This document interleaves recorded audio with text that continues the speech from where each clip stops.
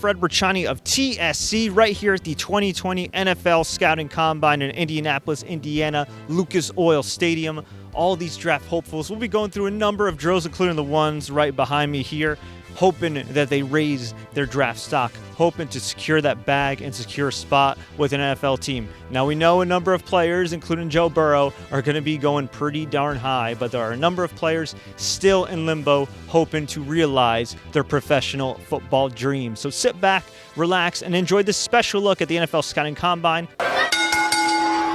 Well, the first question I have for you is, how's your draft experience been as far as the combine, the evaluations, interview with teams, all that jazz? It's been crazy, man. It's definitely experience. You know, coming out here with all these great guys, different competition, top guys, and everywhere around. It's been a lot, man. You know, running around all over the place, medical exams all day. You know, doing formal interviews, getting back a little late, but it's been a great experience. You know what I'm saying? It's something uncomparable. You're a Jersey guy. I'm a Jersey guy. What's it like being a Jersey kid here in India? It's different. I always tell people I don't know how to describe it, but it's just different. Like you got a different itch to you, different way of going about things to you. So, you know, feels good to be here representing Jersey, though. Yeah, and you're somebody that's really rep Temple to the fullest, very proud and now Temple alum. And a lot of guys, when they go to college, they have some success. You know, they can't wait to get out and go to the NFL, and that's understandable. But you really embrace the culture of Temple University. Yeah. Talk about why that is and why that was such a great fit for you. It just made me who I am. You know, it coexists with where I came from in Jersey. You know, it's a tough-knit place. You know, they were hard on you. They don't baby you. They don't sugarcoat things for you. They give it to you exactly how you want it, and you have to go get it done. And it makes you grow as a man quick. You know, you come in there. I came in there young as a freshman, not really knowing, wanting to play around all the time, and it changed just like that. You know, just being in that environment and that culture, and just expecting things expected from you. Now, you're getting a lot of interviews from a lot of different experts, of course, team scouts and everything else. But of course, for the fans watching at home, they may just hear your name, see some of the stats. What's the biggest misconception about you and your position? I would say my speed. You know, I've heard a lot that, you know, I'm not. Maybe I need to get a little faster and things like that. But I'm ready to run this 40. You know, and change all that. So, for sure. Who would you grow up rooting for? Because as you know, in Jersey, it's kind of split, right? You have Giants fans, Jets fans, Eagles fans from South Jersey, and then you have those people who don't talk about the Cowboys fans. So, who are you rooting for growing up? I was a Chargers fan. Sounds crazy. I was a LaDainian Tomlinson fan. I was running back all my life, so LaDainian Tomlinson was somebody I liked. And then I liked the Bolt, the Charger Bolt. Before I knew what football was, I just liked the Bolt on the helmet. So I was like, yeah, I like that team. So. Is there something in your position that you pattern your game after? Yeah, I would say I watch a lot of, you know, Deion Jones's film and Fred Taylor, Bobby Wagner, so things like that. I watch them three consistently, just to see how their play diagnosis, the way they run, cover ground, tackles, things like that. So, for any college football players that are looking to go pro and they're wondering how the hell do I deal with all of this, what's the best piece of advice you can give? Take it step by step, man. Don't try to look too far ahead. Don't try to get overwhelm yourself with everything. You know, just take it just be where you're at that time. You know what I'm saying? Like if I would have thought about all the things I had to go through at this whole week, I'd have overwhelmed myself and been stressing. You know, I'm just getting up and just taking it wherever I got to do next, whatever I got to do next, what's next. So things like that.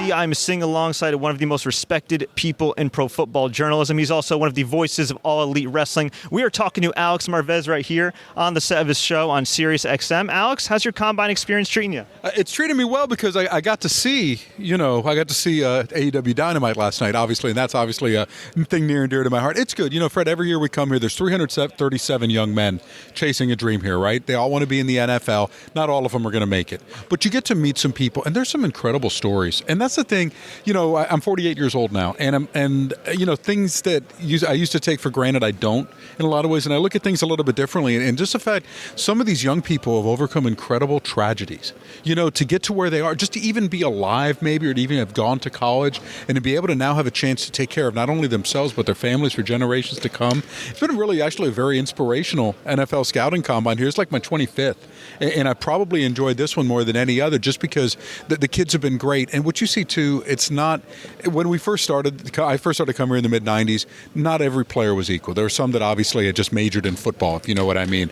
I think the academics and you know, the media savvy of the young people here so improved through the years. And you end up meeting guys, and then you end up following throughout their careers, and that really begins in earnest here at the NFL Scouting Combine. The social media age, and we now have TikTok, Instagram, YouTube. I mean, everything's video. So these guys are used to being on camera from the time they were kids. And some of them just love it. And some of them take advantage of it. Listen, we had one player, Terrell Lewis of Alabama, who majored in marketing because he wants to market himself. It's a brilliant idea, and who better to invest in than yourself, right? So I think there's that. I think they're more aware of the way things go. And listen, people consume news differently. I mean, that's been one of the big changes in like my world, for example, going from the newspaper world and realizing it's not a world that may be around forever. But I mean, even though we do have online publications, but how things have changed to where I'm full time now at SiriusXM and also working with All Elite Wrestling. But the evolution changes of how the media is consumed, and we're with a generation that much better with video, much better with short amounts of video as well, in terms of TikTok and things like that.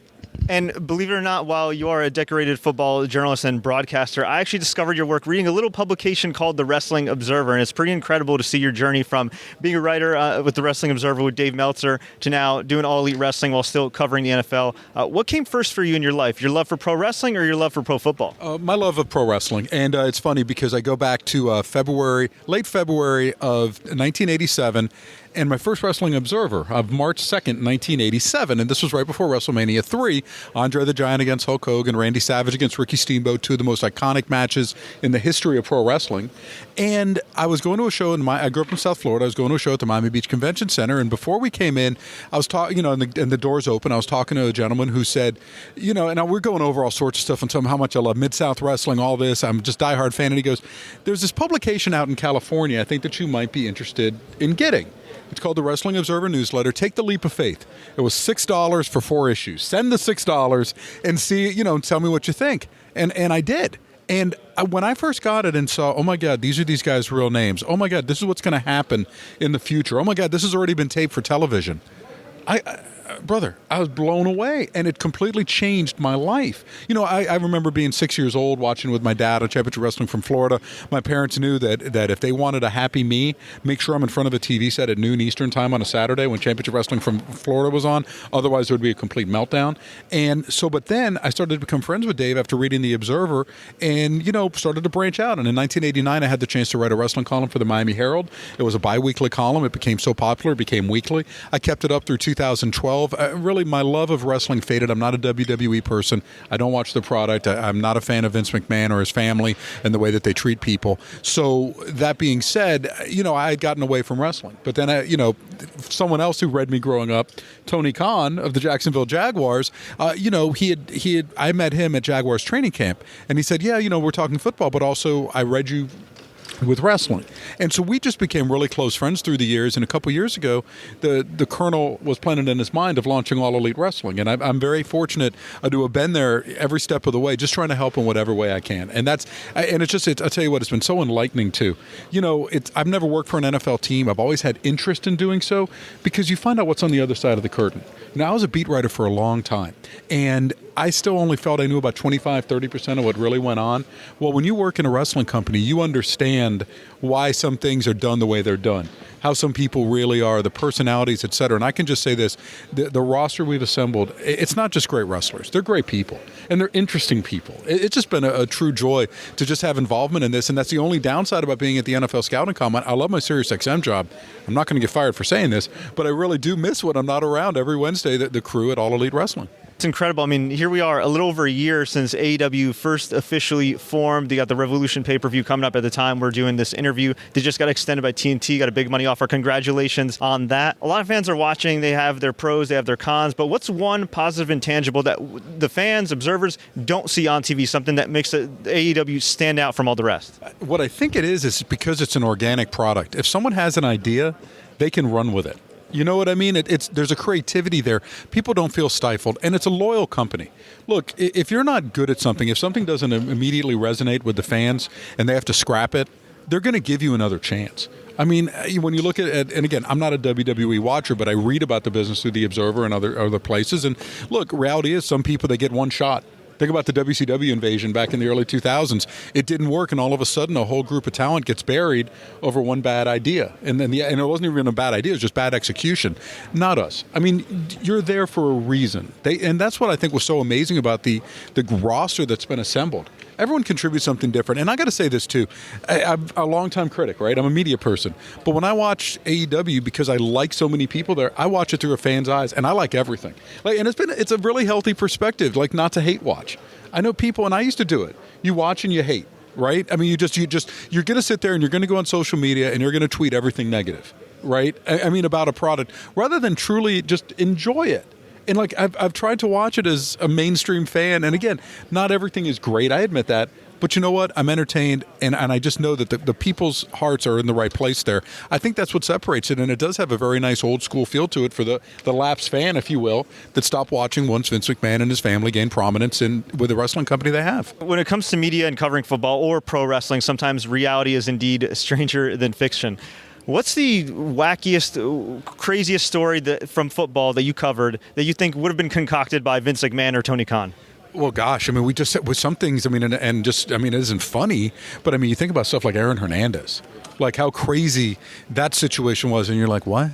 You know, and some of the things that have gone on. I mean, deflated footballs, signal stealing, things like this. These ancillary things that you just think, is this really how it is? I mean, look, I covered Ricky Williams for a year, and I think I aged 10 in that time because, I mean, is he going to play? Is he not going to play? Failed drug test, coming back into the NFL. I mean, that's a mini-series unto itself. Robert Edwards, you couldn't have scripted a comeback any better than this. Guy tears up his knee in 1998, you know, one of the top rookie running backs in the NFL with the Patriots, gets hurt at the Pro Bowl playing beach volleyball.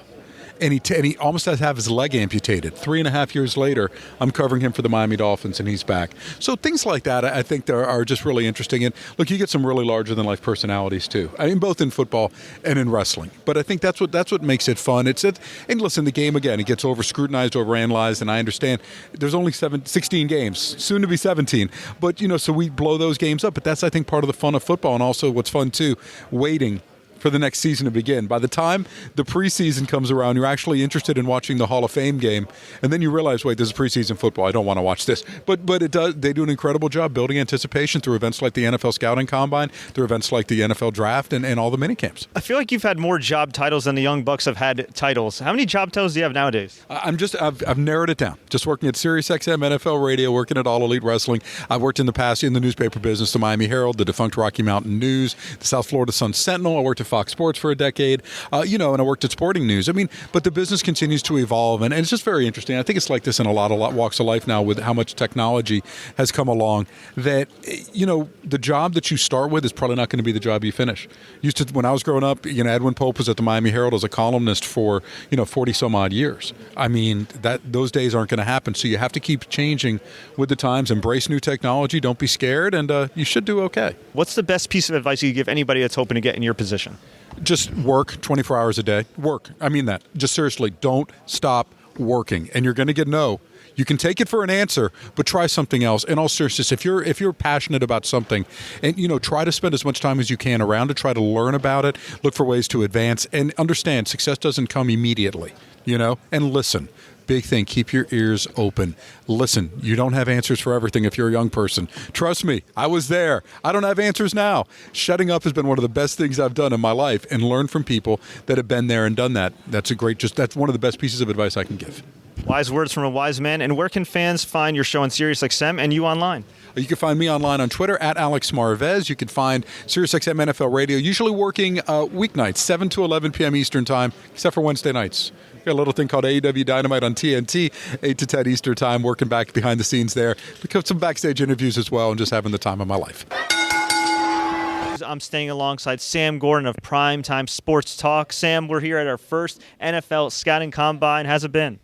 Man, it's been an experience of a lifetime, that's for sure. Get to see a lot of great prospects out here, to see some of the big guys with Joe Burrow, Jake Fromm, see the tight ends bench press, see a lot of great things. It's been a really fun time with my crew, really fun time getting to know people, network, and just see these guys, you know, live out their dream. It's great. It's great to be a part of an experience like this. It's been pretty crazy, and I mean, it's insane. There's press conferences going on simultaneously, and somehow, some way, everything gets done. Yeah, it's crazy, honestly. You're part of the scrum, and somehow, some way, you don't really expect to get the questions in front of the coaches when Mike Zimmer and Bill O'Brien and all these coaches, but you do. You get a word in there, and they acknowledge you. And if it's a good question, and they'll acknowledge if it's a bad question.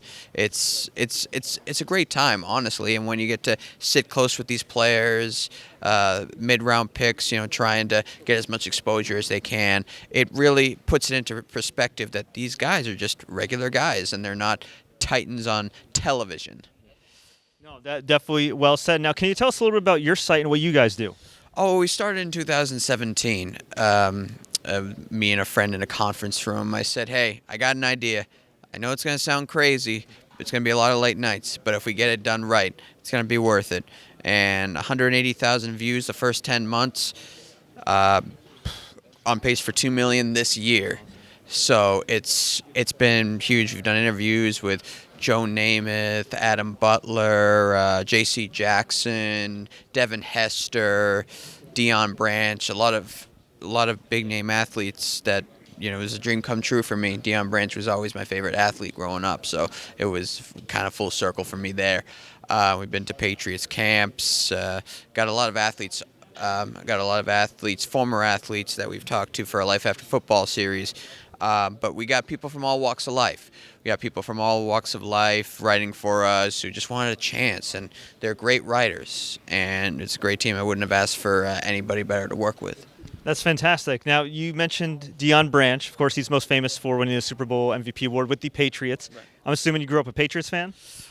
Yeah, I did. When I first started watching football film, I was 6 years old, 6 in the morning, watching football, watching film of the 76 Patriots all the way up through 86, and watch the 2001, 2003, 2004 Super Bowls, and look at player profiles and everything like that. Would look over schedules, look over records, and all that stuff. It was a great basis to go off of, and I just went from team to team, and New England has dominated my household, but you got to learn to put the fan aside and be a journalist, and it's all business. But with these old players like Deion Branch, it just brings out the fan in you because it's when you were a kid, so it brings you back. What's your wildest draft prediction? There's always things that go on in a draft. Somebody slips, somebody's taken a little too high, a team trades their pick. Is there one wacky prediction, one wacky thing you foresee happening on draft night?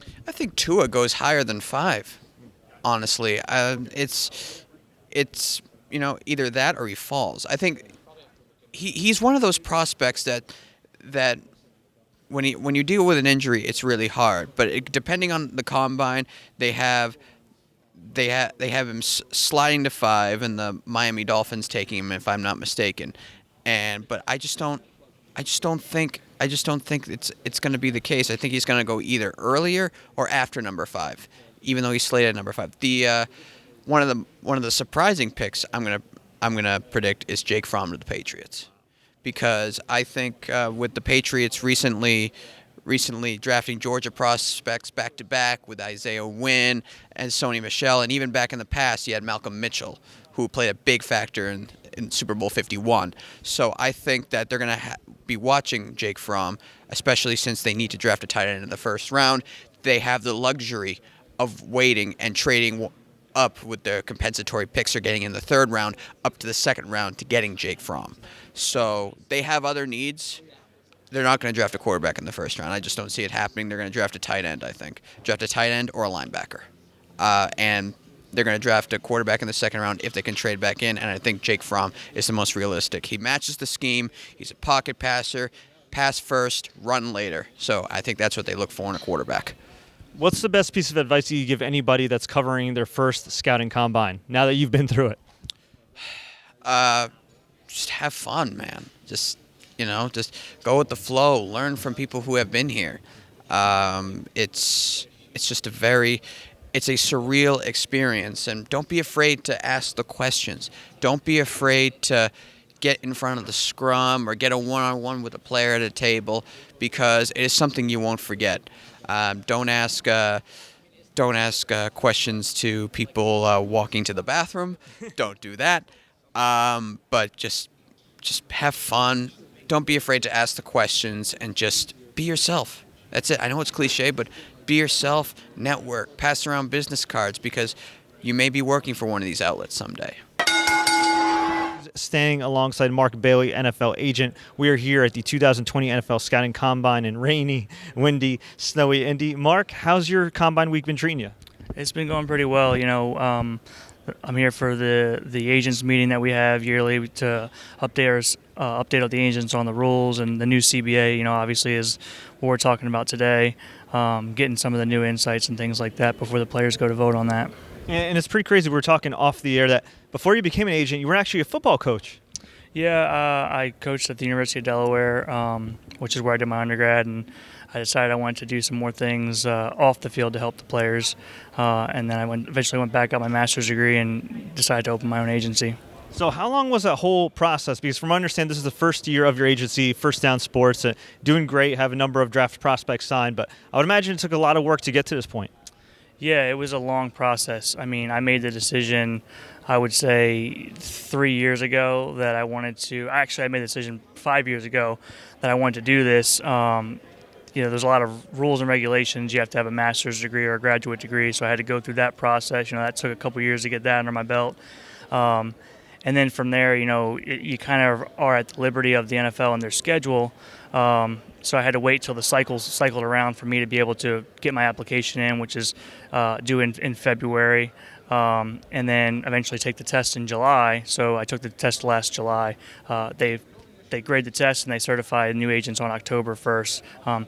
So one thing about that is it gives you kind of half of a recruiting cycle for athletes. So even though you're technically an agent, you don't really get that full recruiting cycle till the following year. And you picked a good time to be at your first combine as an agent because the new labor agreement is on the verge of being agreed upon or disagreed upon. The players are reviewing it right now. How much more does it make it hectic for you as an agent, not just having to worry about signing these guys and advising them properly, but now the thought of a 17-game season? Yeah, well, obviously I have a coaching background, so there's some players in the league that I have good relationships with that I don't represent. I'm just trying to make sure that I'm in talks with them and getting their opinions on, what they think with the 17 games, and there's some other things in the agreement, so that I can, in the future represent my guys to the best of my ability, and put them in the best situation to be successful. So I think the 17 games is a good thing for the players. There's a lot of other benefits that the NFLPA was able to leverage out of giving the NFL ownership that 17th game. A lot of benefits that are going to benefit the players. So I'm excited to see that was put in there, and hopefully we can get this approved. Who was your first client? My first client was Breon Santios, and he's a tight end at Murray State. Awesome. And was that the moment where you realized, okay, I could really make this a business? I'm somebody that has a lot of confidence. I thought before that I could make it a business. I actually had a lot more success than I initially expected. A surreal moment for me was this past Monday when one of the players I represent had a personal workout with Bill Belichick. And, Bill Belichick flew to Middle Tennessee State to work this player out. And he's not a guy that's on any draft board or, has a ton of a following. But for me, and what I tried to do this year was go out and identify players that I think have intangibles, have things that you can't coach, so that a team will see that and they say, hey, this is somebody that we can come in and develop. And I think that validated that for me, and I feel like moving forward, if I can continue to do that, I'll be successful. That's pretty awesome. Now, you've obviously been successful up to this point. You hope to be successful for a number of years. I would imagine, though, there are some agent do's and don'ts. For any sports business professional, sports business students hoping to have a career like you, what are some do's and what is a don't that they should just avoid at all costs? Yeah, so, as an agent, for me, it all comes back to the ethics of it. And, obviously there's rules that are in place. You can't poach clients from other agents, which, is an example of why I have players that I have good relationships with. But, I'm not going out there asking to represent them because, that's a don't. And some things to do, you keep working hard and you find a way to identify talent. I think that's the key. If you can treat it as, you're basically a scout for your own agency, you got to find guys, especially starting off, because the biggest question that you have to overcome when you're talking to players is who do you currently represent? And until you have those guys under contract, that's a hard answer to give them, and then make a decision to go with your agency. So it's really tough to get that first class. You have to believe in the guys that you go with and their abilities, and I think I got the right group. And before we let you go, where can fans find you and your agency online? So I'm most active on my Instagram, which is @Mark_Bailey. I also have a website, firstdownsports.com. Sitting alongside James Smith-Williams, D lineman at NC State. How's your combine experience going? It's been good, really busy, obviously, very exhausting, but I've had a blast being here. You talk about exhausting. I was doing a little bit of research on you, and not only are you a standout football player, somebody that is very high regarded coming in, but I understand you were working at IBM? Yeah, I worked there for 2 summers. I did robotics, I did marketing, I did kind of everything for them. It was a lot of fun. It's pretty incredible. So what came first for you? Was it a love for like tech and science and robotics, or was it football? Football. I've been playing football since I was 4, and kind of like just going through the process in college, I've gotten into like different avenues, and that's kind of when IBM came to me, and I worked there for a couple of years and kind of built that interest as well. That's pretty incredible, and of course, we always hear the phrase, student athlete, being thrown around, and at times it's easier said than done with football and everything. So how are you able to balance, IBM, robotics, and football? Yeah, I think the biggest thing is like just having your priorities straight. So obviously, like if you're doing football and you're working like 40 hours a week in the summer, you have to have your priorities on right. Like you're gonna go to bed, go to sleep, eat, football, work, and that's gonna be it. And you gotta be cool with that. Now, I'm sure you're meeting with a number of teams. They're asking you a whole lot of questions. Of course, the fans are watching. They may just see your name. But for you, what's the biggest misconception about your position? Something that the fans maybe don't see initially on the field watching at home? Yeah, well, I think, 4 technique last year, so it kind of takes away from the edge rush and stuff. So I think, sometimes that and then sometimes the injury stuff from this past season. But I think, I'm healthy. I feel great, the best I've felt in a long time. I'm ready to kind of prove that this week. And that's great to hear because a lot of people have marveled at your progress from the time you got to the Wolfpack to now. What do you attest to that? I think the weight room is a big thing. Obviously, just getting older, so kind of naturally occurring. And then, I did 7 meals a day for a while there. Yeah, so kind of just that dedication to know when you want to gain weight and have to get bigger and stronger. And I heard you mention you were a Carolina Panthers fan growing up. I'm assuming still a Panthers fan. I mean, obviously, Julius Peppers is one of the GOATs. So I watched him growing up, and he's just a freaking nature. He actually played down the road at UNC Chapel Hill, so that's one of the guys I definitely watched when I was growing up, saying I kind of want to play like him. If somebody is looking to get into the draft, they're a college football player watching this interview right now, what's the best piece of advice you could give them? I think just treat every day like it's a job. Just go about your business, handle your business, and do things the right way. And you give 110%, you'll be all right. Well, folks, I hope you enjoyed that special look at the NFL Scouting Combine. I got to say, it was an awesome, amazing, at times exhausting experience. I did it all on this trip. I was filming, I was taking pictures. Of course, I'm holding the freaking microphone, but this all would not have been possible. My first ever NFL Combine experience would not have been possible without the support of each and every single one of you. So I just want to say thank you so much from the bottom of my heart. I appreciate you. I love you. And I hope that this is the first of many combines and many NFL events we get to cover because it's only bigger things from here. Until next time, everybody, as always, enjoy the games.